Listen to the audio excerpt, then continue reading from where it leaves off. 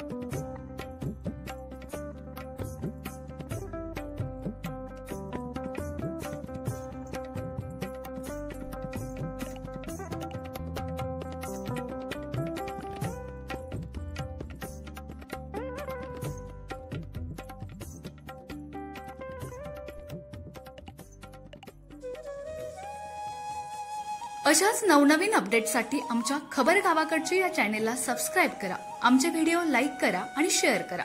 धन्यवाद।